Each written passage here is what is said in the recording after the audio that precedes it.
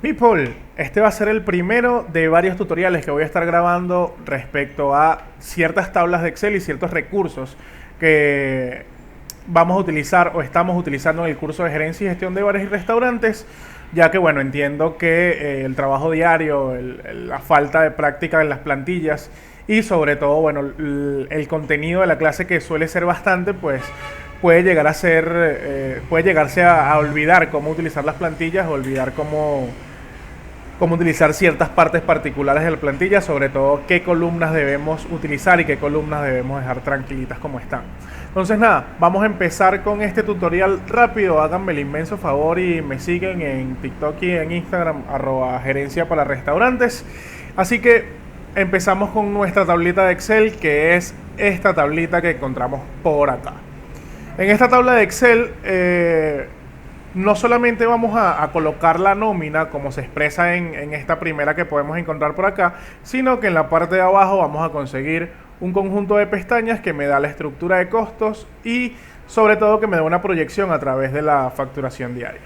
Tenemos en la columna número 1 el tipo. ¿A qué nos referimos con esto? Pues el tipo es el tipo de trabajador según la relevancia que tiene para nuestro negocio gastronómico, entendiendo que estamos contratando recursos que deben ser útiles. Eso no quiere decir que sean imprescindibles uno sobre el otro, pero acá los clasificamos en A, B y C. ¿Qué significa cada uno de ellos? Pues A es aquella persona que es muy complicada de reemplazar y que es sumamente relevante para nuestro negocio.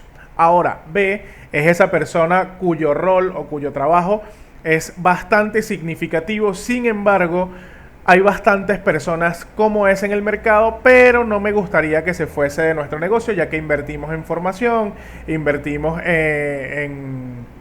invertimos tiempo e invertimos recursos en esa persona. Y tenemos C, como en este caso los mesoneros y los ayudantes y los cajeros para este negocio en particular, que son aquellos puestos pues que son bastante reemplazables, y eso nos lleva luego a un conjunto de consideraciones económicas importantes de cuánto podemos o no podemos pagar. Entonces acá tenemos que en la siguiente columna tenemos el cargo.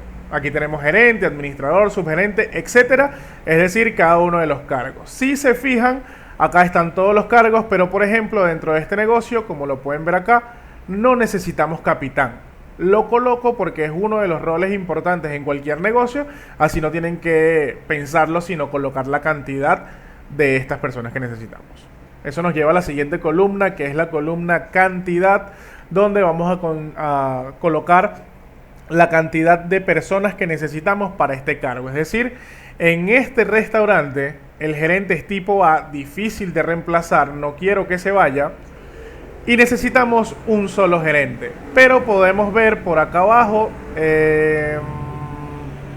mantenimiento, por ejemplo, que es tipo C, pero necesitamos para cubrir las operaciones 4 personas de mantenimiento. Nos situamos en la siguiente columna, que es la columna sueldo. En la columna sueldo vamos a colocar, por supuesto, cuál es la propuesta salarial que estamos ofreciendo en ese cargo o que consideramos que necesitamos para ese cargo. Y aquí es donde la cosa se pone interesante. La columna total de área no se modifica, ella se modifica automáticamente. Si se fijan, si yo acá en el cargo de gerente, en vez de un gerente, coloco 2, pues fíjense que el total del área se modificó y pasó a ser 1200. Si coloco 3, pasa a ser 1800. Entonces la columna área no es más que la multiplicación, el total de área, perdón, la multiplicación del sueldo por la cantidad de personas que van a devengar ese sueldo, ¿sí?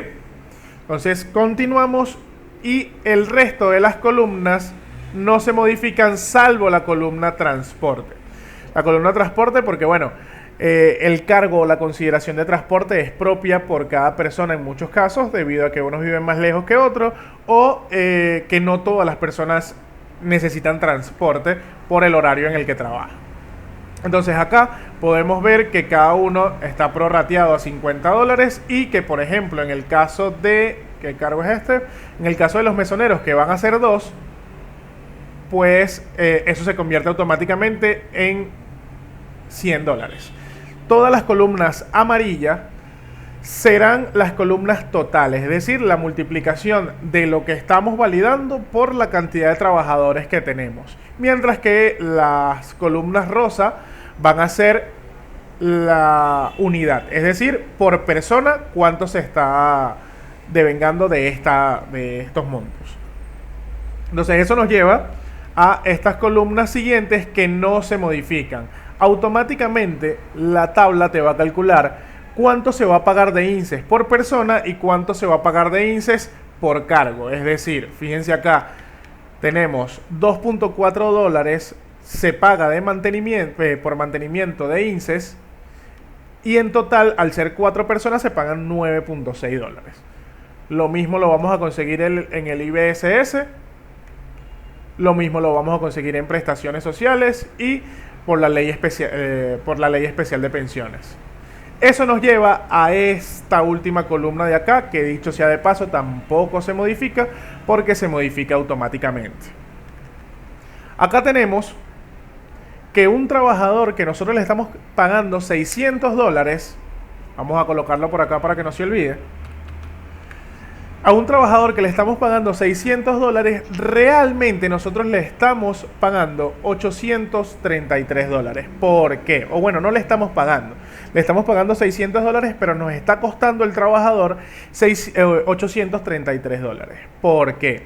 Son $600 de sueldo de cash, de metálico, más la ley especial de pensiones, el IBSS, el INSE y todos estos tributos que estoy cancelando por trabajador sumado al transporte. Entonces esto también hay que tomarlo en consideración a la hora de estipular los sueldos, porque muchas veces pensamos que a la hora de yo pagar un sueldo, digamos $100, solamente voy a cancelar eso.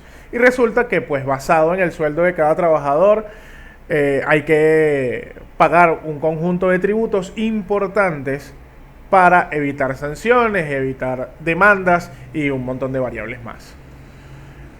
Esta tabla culmina acá y eso al final de la tabla me va a dar un monto general que lo podemos encontrar acá. Este monto general ya está calculado sumando todos los tributos y los impuestos de los que estábamos hablando. Entonces en este caso tengo una nómina de $5.750 con 28. Es fácil entender que no sale de acá porque acá no hay ningún decimal, pero que sale de esta parte de acá, que era la que estábamos hablando de cuánto me está costando el trabajador. Porque a fin de cuentas, aunque la nómina teórica de menos, que es lo que devenga el trabajador, pues la nómina real es esto, porque esto igualmente tengo que pagarlo a fin de mes todos los meses. Entonces, al terminar con esta parte, vengo para acá. Estructura de costos. Y en esta parte de estructura de costos me voy a conseguir 3 columnas. Acá en amarillo podemos ver la nómina. Vamos a colocarlo acá. En amarillo podemos ver la nómina. Todos estos datos se cargan automáticamente. Todos los datos de la nómina se cargan automáticamente. Mientras que además, para poder lograr entender nuestra estructura de costos, yo voy a agregar el resto de los costos fijos, entendiendo por costos fijos todos esos costos que a final de mes debo cancelar, venda o no venda, y que representan montos iguales o similares, y ese tema de la tasación pues lo dejamos para el curso, que ya lo debemos haber visto en este punto. Tenemos acá alquiler, luz, agua, gas, internet, sistema operativo, auditor, presupuesto de marketing, contador, aseo, administradora, valet parking, seguridad VIP, todo lo que usted pague a final de mes y el monto sea igual o similar a final de cada mes, pues eso forma parte de nuestra estructura de costos fijos. Acá falta, para convertirse en una estructura de costos general, falta un conjunto de variables como el IVA, el impuesto de grandes transacciones financieras y otras variables, pero esta es mi estructura de costos fijos. Automáticamente se suma y acá arriba vamos a obtener el resultado, mientras que mi nómina es de $5.750 con 28 centavos. mis costos fijos totales ascienden a 12.065,28. Ya teniendo este resultado, me vengo para acá y acá voy a colocar otro conjunto de variables que debería manejar sólido a la hora de poder crear mi estructura de costos, que es, vamos a empezar de abajo hacia arriba. Tenemos acá horas laborales al día. ¿Cuántas horas trabaja el negocio al día? Días laborales al mes. ¿Cuántos días al mes trabajo? ¿Cierro un día? ¿Cierro 2 días? ¿Cierro 8 días al mes? Es decir, 2 días por semana, ¿o abro todos los días? Aquí es importante tomar en cuenta, quizá no afecta tanto en el sector gastronómico el tema de los días feriados, pero es importante tomar en cuenta si cierro algún día al mes, más allá de por mi operación natural, por cosas que se escapan de nuestras manos. Ticket promedio esperado, esto también lo debimos haber visto antes de entrar a esta tabla. Tenemos el ticket promedio esperado, que es el mismo ticket promedio lógico. Cantidad de mesas disponibles, también hacemos la correlación, que también lo debimos haber visto en el curso. También hacemos la correlación con si tenemos diferentes formas de entrada, no solamente venta en el restaurante, sino delivery, pick-up, aplicaciones. Entonces eso también hay que tomarlo en consideración para esto. ¿Y cuál es el margen de beneficio mínimo de mi negocio? Esto es fundamental entenderlo para poder crear una estructura de costos sana. No podemos estar en un negocio gastronómico sin saber cuánto es lo mínimo en porcentaje que me estoy ganando por plato o por producto en general. Eso automáticamente me va a rellenar esta columna de acá. ¿Qué me dice esta columna de acá? Pues fíjense. Primero y muy importante, punto de equilibrio. Esto que está acá me indica cuánto debo facturar mensualmente para no quebrar. Es decir, para llegar al punto donde no tengo un bolívar de ganancia, pero además pero estoy siendo capaz de cubrir mis costos, de pagar mi personal, de pagar mi alquiler, de pagar todos esos costos fijos que están en la primera columna. En facturación por día, pues, si esto es lo que debo manejar al mes, esto es lo que debo facturar por día. Y lógicamente facturación por hora, esto es el promedio de que debo facturar por hora. Estas dos cositas que están acá son indicadores de gestión brutales, porque esto me empieza a decir si me estoy acercando o me estoy alejando de la meta, del objetivo principal o el primer objetivo, que es el punto de equilibrio, porque no debe ser el principal, pero sí el primero. Esto me indica, ya no serían mesas, sino tickets vendidos por mes. Debo vender 447 tickets por mes, tomando en cuenta este datito que está acá, que es el ticket promedio esperado.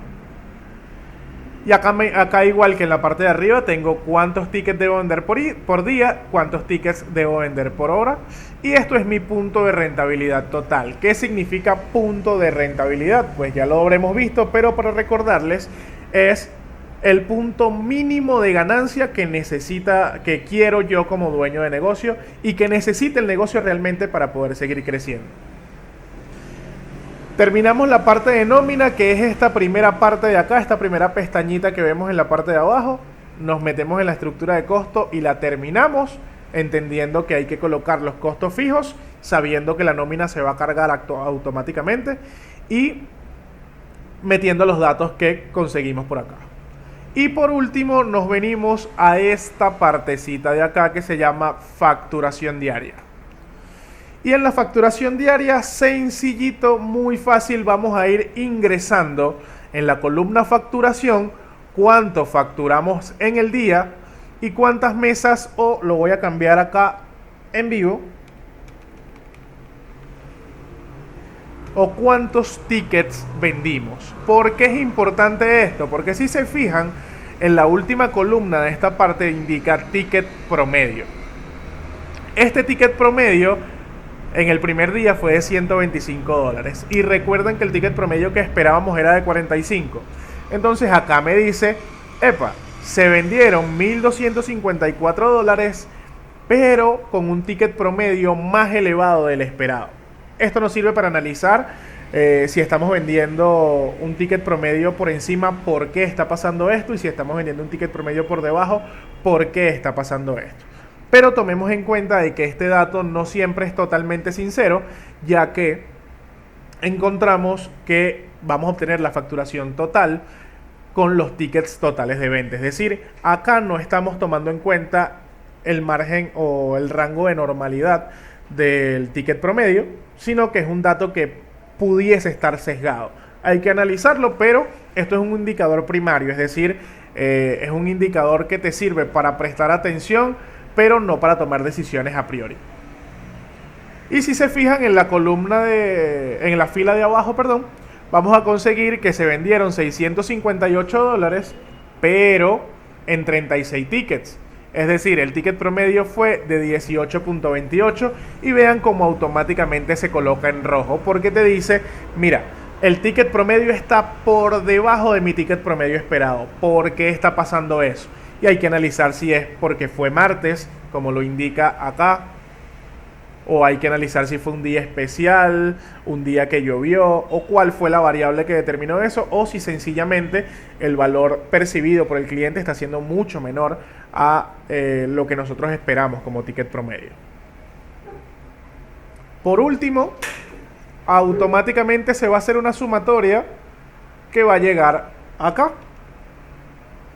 y me va a decir total actual, es decir, cuánto hemos vendido hasta el momento. Vamos a eliminar este dato de acá que nos está afectando. Hasta el momento, en estos primeros 3 días del mes, yo he vendido $1.913. Mi punto de equilibrio se encuentra en 26.811 y mi meta es llegar a vender 50.000. Entonces, acá podemos verlo gráficamente. Vean dónde está mi punto de equilibrio, dónde está mi meta y dónde me encuentro yo. Pero hay que tomar en cuenta de que son los primeros 3 días del mes. Y esto acá me indica qué porcentaje de éxito llevo respecto al punto de equilibrio, y al lado nos vamos a conseguir qué porcentaje de éxito llevo respecto a la meta del mes. Entonces acá podemos ver que hemos logrado el 7% del objetivo en los primeros 3 días, del primer objetivo que es el punto de equilibrio, y del objetivo principal que es poder llegar a la meta hemos cubierto apenas el 4%. Entonces así funciona esta tablita de acá, y es una tablita que realmente va a funcionar mucho en diferentes momentos y en diferentes sectores. Por ejemplo, para calcular cuánto puedo pagarle a un trabajador, pues esto le hace gran trabajo cubriendo todas las cuotas que debo pagar además del sueldo, pero también me ayuda a identificar si mi punto de equilibrio es lógico o no es lógico, y a su vez me va a ayudar a identificar cómo me encuentro respecto a los objetivos que tengo este mes.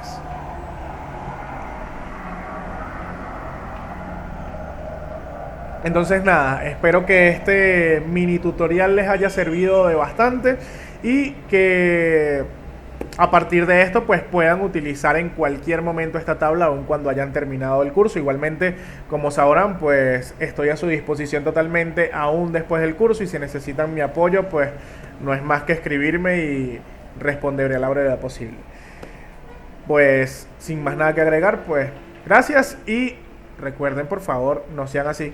Síganme como @gerencia para restaurantes.